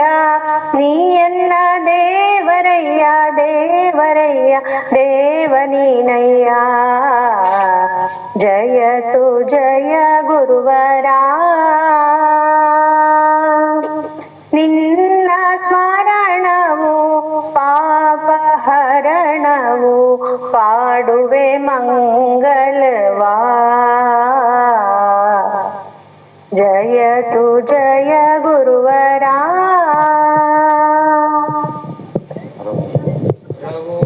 ಚೈತನ್ಯಂ ಶಾಶ್ವತಂ ಶಾಂತಂ ವ್ಯೋಮಾತೀತಂ ನಿರಂಜನಂ ನಾದಬಿಂದುಕಲಾತೀತಂ ತಸ್ಮೈ ಶ್ರೀ ಗುರವೇ ನಮಃ. ಶ್ರೀಮಜ್ಜಗದ್ಗುರು ಸಿದ್ಧಾರೂಢ ಸ್ವಾಮಿ ಮಹಾರಾಜ್ ಕಿ ಜೈ. ಶ್ರೀ ಸದ್ಗುರು ಶಿವಪುತ್ರ ಸ್ವಾಮಿ ಮಹಾರಾಜ್ ಕಿ ಜೈ. ಶ್ರೀ ಸದ್ಗುರು ಬಸವಾನಂದ ಸ್ವಾಮಿ ಮಹಾರಾಜ್ ಕಿ ಜೈ. ಶ್ರೀ ಸದ್ಗುರು